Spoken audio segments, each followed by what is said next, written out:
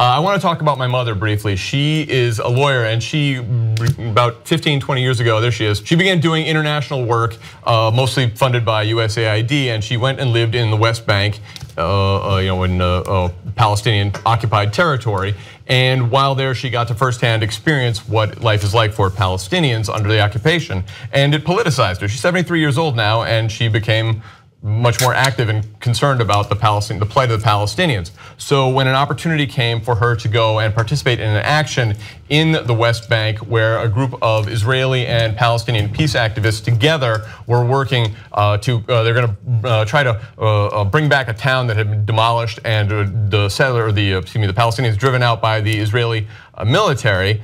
She jumped at the chance and she went back. So we'll show my mother again if you can. There she is. Okay, and so there's a short AJ Plus video about this that I want you guys to take a look at, and then we're gonna talk to a couple of the organizers.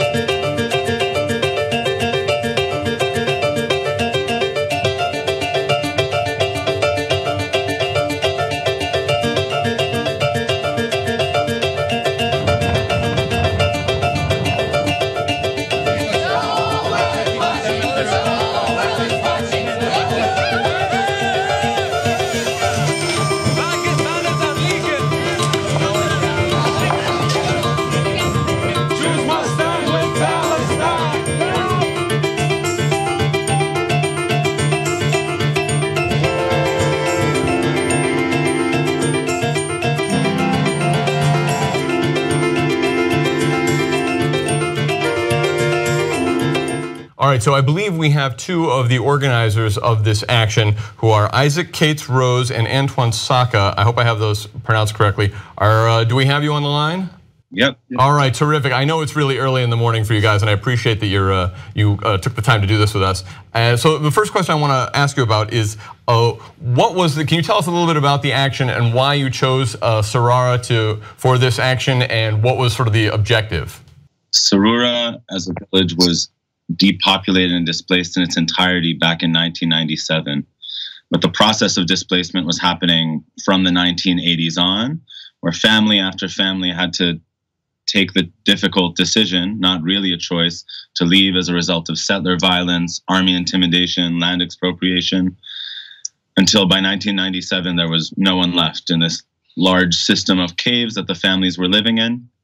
Nobody was here anymore, and nobody's been here for 20 years, while nearby outposts that even the Israeli government considers illegal expand and seize hillside after hillside.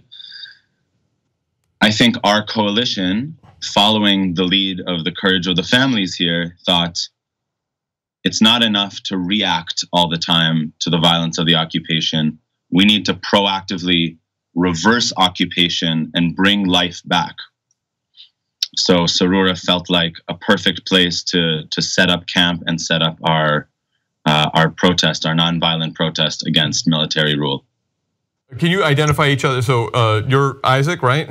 Yeah. Okay, I just want to make sure our viewers know who's an organizer with the Center for Jewish Nonviolence. Okay, and so it was specifically nonviolent event as well. So that was part of the whole ethos of the action. Mm-hmm. Yeah, right from the get-go. And you are? I'm Antoine Saka, and I serve as Director of Programs and one of the collaborating partners in the protest camp for Iran Trust. And also, it was important that this be a joint Israeli-Palestinian action, and that you both work together and to demonstrate that Israeli Jews and Palestinians can work together for peace. Am I right about that? Right. This is a very actually sensitive outcome that we're looking for. Not that Jews only and Arabs can work together for peace, but that it is actually possible, and that not all kind of collaboration that comes cross-border is a kind of normalization activity, especially when we're talking about direct, restorative, non-violent approaches that are brought on the ground, when the action is targeting directly the restoration of rights to communities.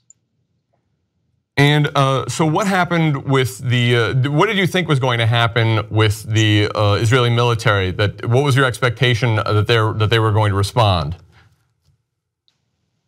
Well, we don't expect that much of collaboration from the Israeli army. Again, we're talking about an occupying entity globally recognized in that framework that is present in the occupied territories. And therefore, we don't expect that collaboration from them. Disobedience in a civil, non-violent way is what we can bring back when we want to say no to their rule, which has proven year after year with all reports that are coming out from this land that have a lot of abusive attitudes towards the people who are living here. So by not following, that's our protest, even not following the orders that they're setting out, even if they ask us to leave. Right.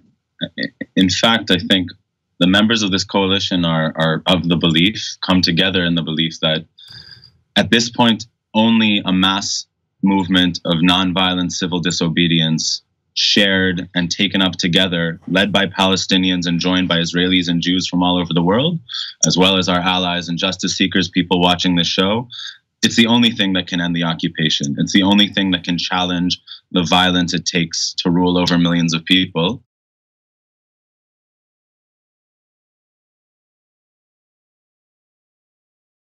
Hey, if you enjoyed this clip of Aggressive Progressive, why not become a member of the TYT network and you can watch the whole hour. You know, we do a show every Thursday and then you can watch it live when it happens as a member, or you can watch it later at your convenience because you get access to the podcast of Aggressive Progressive and other ways to get a hold of it. There's lots of stuff. Come become a member at tytnetwork.com/join.